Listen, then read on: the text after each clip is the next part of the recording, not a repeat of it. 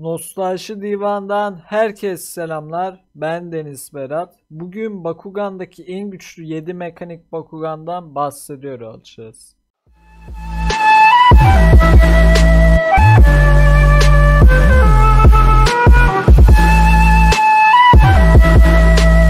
Yedinci sırada Ventus Aleus var. Aleus Link'in ortağıdır ve güç seviyesi 700G'dir. Aleus'un yetenekleri Giga Zırhı, Aleus'a rakipten 300 güç seviyesi verir. Gökyüzü Gürültüsü, Aleus'a 200 güç seviyesi ekler. Hava Mısırı, Aleus'a 200 güç seviyesi ekler. Sallama Bumerangı, Aleus'a 200 güç seviyesi ekler. Fırtına Sürüşü, geçit kartını engeller ve Aleus'a 300 güç seviyesi ekler. Uçuş Darbesi, Aleus'a 500 güç seviyesi ekler. Dora Silahı, Aleus'a 400 güç seviyesi ekler. 6. sırada Profesör Clay'in yaptığı Hydroid'in DNA'sına sahip olan Darkus Hades var. Hades Shadow'un ortağıdır ve güç seviyesi 600'dür. Hades'in yetenekleri Laser Dişlisi, rakipten 300 güç seviyesi çıkarır. Foton Kuyruğu, rakipten 300 güç seviyesi çıkarır. Roket Atar Topu, Hades'e 900 güç seviyesi ekler ve Hades'in tüm şarjını kullanır. Bu yeteneği kullanabilmesi için şarj olması gerekir. Kaos İğnesi, rakipten 200 güç seviyesi çıkarır ve Hades'e 100 güç seviyesi ekler. Tam Vuruş, Hades'e 1000 güç seviyesi ekler ve Hades'in tüm gücünü kullanır. Kullandıktan sonra şarj olması gerekir. Ölüm Dişlisi, rakipten 300 güç seviyesi çıkarır. Yok et kaybol, rakibin gücünü 0 yapar. 5. sırada Darkus Max Spider var. Shadow'un Bakuganı olan Max Spider'ın güç seviyesi 700'dür. Max Spider'ın yetenekleri ise şunlardır. Ateşleyici iğne, rakipten 300 güç seviyesi düşürür. Yaban kapan, rakibin yeteneğini iptal eder. Mega Terör darbesi, her rakipten 300 güç seviyesi düşürür ve Max Spider'a 100 güç seviyesi ekler. Örümcek Ağı, rakipten 300 güç seviyesi düşürür. Tarantula iğnesi, her rakipten 300 güç seviyesi düşürür ve Max Spider'a 400 güç seviyesi ekler. Örümcek Topu, her rakipten 400 güç seviyesi düşürür ve Max Spider'a 400 güç seviyesi ekler. Max Spider Helios tarafından yok edilmiştir. 4. sırada Makubas vardır. Miley'nin Bakuganı olan Makubas Akos Bakugan'dır ve 700 güç seviyesine sahiptir. Makubas'ın yeteneklerinden bahsedelim.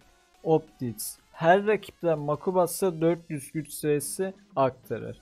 Marina Kavitasyonu, rakibin geçiş kartı açılmasını önler. Avcı Kırbacı, rakipten 200 güç seviyesi çıkarır. Çiyan Pençe, Makubas'a 200 güç seviyesi ekler. Savaş Birleşme, rakipten 400 güç seviyesi çıkarır. Kılıç Barakuda, Makubas'a 300 güç seviyesi ekler. Mobi Topu, Makubas'a 400 güç seviyesi ekler. Derin Dalış, rakibin geçiş kartını iptal eder. İğneli Vatos Kalkanı, rakibin yeteneğini iptal eder. Tsunami Dalgıcı, geçit kartının etkisini 2 kat arttırır. Listemizin 3. sırasında Saptera Droid var. Profesör Clay'in Prince Hydron için yaptığı mekanik Bakugan'dır. Droid 700 güç seviyesine sahiptir. Droid'in yeteneklerinden bahsedelim o zaman. Volkan Yumruğu, Droid'e 200 güç seviyesi ekler. Işın Kılıcı, Droid'e 200 güç seviyesi ekler. Trans Kılıcı, rakibin yeteneklerini iptal eder. Mars Kalkanı, rakibin yeteneklerini etkisizleştirir ve Droid'e 200 güç seviyesi ekler. Murasame Oku, rakipten 300 güç seviyesi çıkarır. Alan Kapatıcı, rakibin geçit kartını etkisizleştirir ve 200 güç seviyesi transfer eder. Murasame Kılıcı, Droid'e 300 güç seviyesi ekler. Aksel Hızı, rakibin yeteneklerini önler ve hızı artar. Bu yüzden mekanik olan Bakuganlar Droid'i izleyemez. Yeteneği engeller yani. Giga Reflektörü, rakibin saldırısını ona 3 katı kadar geri gönderir. Ezici Kılıçlar, rakip yetenek kullanamaz. Droid'in füzyon yetenekleri ise şunlardır. Uçan ejder koğuşu. Rakipten 200 güç sayısı çıkarır. Yekiş şeytanı. Her rakipten 300 güç sayısı çıkarır ve droid'e 300 güç sayısı ekler. Red Su Şimşeği. Droid'e 400 güç sayısı ekler. Çifte kalibre. Rakipten 600 güç sayısı transfer eder. Yekiş şeytanı 300 güç sayısı transfer eder. Bonus olarak 300 güç sayısı daha çıkarır. Yeki toz bariyeri 300 güç sayısı transfer eder. Droid'in bazı yetenekleri kullanabilmesi için öncede oynaması gereken yetenekleri vardır. Listemizin ikinci sırası Heos Boreates var. Volt'un Brontis'ten sonraki ana Bakuganı olan Boreates'in güç seviyesi 700'dür. Bazılarınız droid'i hileyle yendi diyecektir. Ama şöyle düşünün. Mekanik Bakuganlar kendisi zaten bir hile. Hem hile yapmasa da kazanırdı bence. Boreates'in yeteneklerinden bahsedelim. Listemizin birinci sırasında Zenoel'de mekanik Bakugan olan Firebros var. Pyrus özelliğini kullanabilen Firebros 800 güç seviyesindedir. Firebros'un yetenekleri ise şunlardır. İkiz boynuz pulsa. Rakipten Firebros'a 400 güç sayısı transfer eder. Ateş Spartalı. Rakipten Firebros'a 300 güç sayısı transfer eder. Süper Üçlü. Rakipten Firebros'a 500 güç sayısı transfer eder. Çelenk Pençesi. Firebros'a 300 güç sayısı ekler. Firebros XM.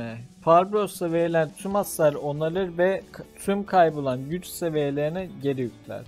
Gallium Kalkanı. Rakibin mevcut güç seviyesini yarıya indirir. Çapraz Alev. Rakipten 200 güç sayısı çıkarır. Zemin Yıkıcı. Rakibin geçit kartını iptal eder. İkiz boynuz parçır. Her rakipten 400 güç sayısı çıkarır ve Firebros'a 400 güç sayısı ekler. Hiper Hücre her rakipten 500 güç sayısı çıkarır ve Firebros'a 500 güç seviyesi ekler. Helion Nefes tüm rakiplerin yeteneklerini etkinleştirmesini engeller ve temel seviyelerinin yarısına eşit mekanik olmayan Pyrus Bakugan'ın güç seviyesini Firebros'a aktarır. Buz Dağı mekanik olmayan tüm Bakuganları hareketsizleştirir. Benim listem bu şekildeydi. Sizin de fikirlerinizi merak ediyorum. Yorumlara kendi listenizi yazmayı ve en sevdiğiniz mekanik Bakugan adını da yazmayı unutmayın. Videomu sevdiyseniz bir beğeni bırakarak ve kanalıma abone olarak bana da destek olabilirsiniz. Kendinize iyi bakın. Görüşmek üzere savaşçılar.